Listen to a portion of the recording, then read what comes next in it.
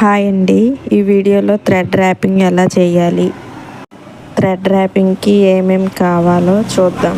నేర్చుకోవడానికి కాబట్టి ఇంట్లో ఉండే ఆటతో నేర్చుకుంటారని చూపిస్తున్నా.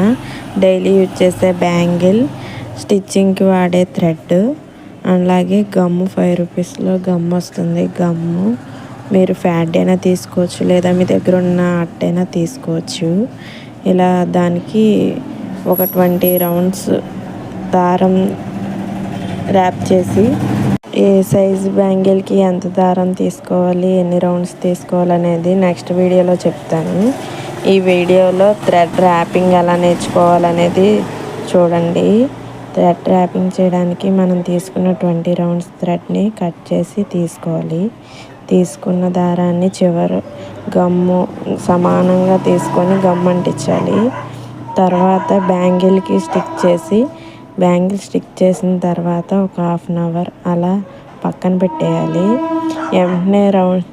వెంటనే చుట్టినట్టయితే అది ఊడిపోతుంది. కాబట్టి ఒక 1/2 అవర్ పక్కన పెడితే సెటిల్ అవుద్ది.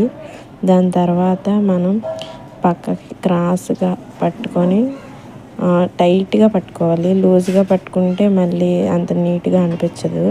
క్రాస్గా పట్టుకొని టైట్గా లాగి చుడుతూ ఉండాలి. చుట్టేటప్పుడు మనం దారం ఎన్ని రౌండ్లు తీసుకున్నామో అన్ని రౌండ్లు అంత పల్సగా వచ్చేటట్టు పట్టుకోవాలి. చుట్టిన ప్రతిసారి పలచగా లాక్కుంటూ అలాగే టైట్గా పట్టుకుంటూ చుట్టాలి.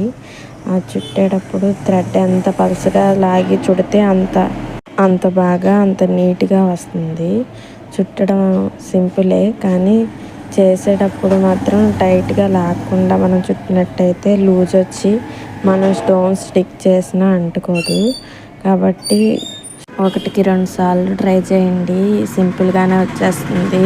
నెక్స్ట్ వీడియోలో సిల్క్ థ్రెడ్తో చూపిస్తాను. ఏ బ్యాంగిల్స్కి ఏ సైజ్ బ్యాంగిల్స్కి ఎంత దారం చుట్టాలి అనేది కూడా చెప్తాను. నార్మల్ దారంతో ఎందుకు చూపించానంటే దారం ర్యాప్ చేయడం రాని వాళ్ళు ఇది ఒకసారి చూసి ఎంత తీసుకోవాలి, ఎలా తీసుకోవాలి, ఎలా ర్యాప్ చేసినప్పుడు ఎలాగా పట్టుకోవాలి అనేది తెలుస్తుంది కోసం ఈ వీడియో చేశాను. ఈ వీడియో మీకు నచ్చినట్టయితే లైక్ చేయండి. ఎప్పుడు మీరు థ్రెడ్ ర్యాప్ చేసినా ఫినిషింగ్ నీట్గా వచ్చేటట్టు చూసుకోండి. ఫినిషింగ్ నీట్గా రాకపోతే మనం స్టోన్స్ అంటించినప్పుడు నీట్గా ఉండదు. అలాగే స్టిచ్ చేసినా కూడా ఎత్తు పల్లం కింద ఉంటే ఊడిపోతాయి స్టోన్స్.